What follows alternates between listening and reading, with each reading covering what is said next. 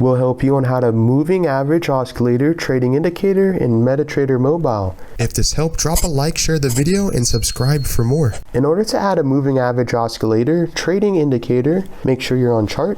Go to the middle hand screen and click the F and click the plus icon. And then you want to scroll down until you are underneath oscillators.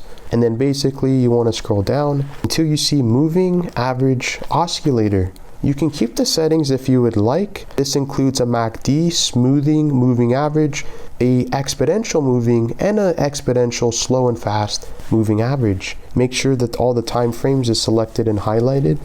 And you can even change the style by clicking this and changing the color to your desired preference and click done. You have now successfully added a moving average oscillator free trading indicator in MetaTrader mobile.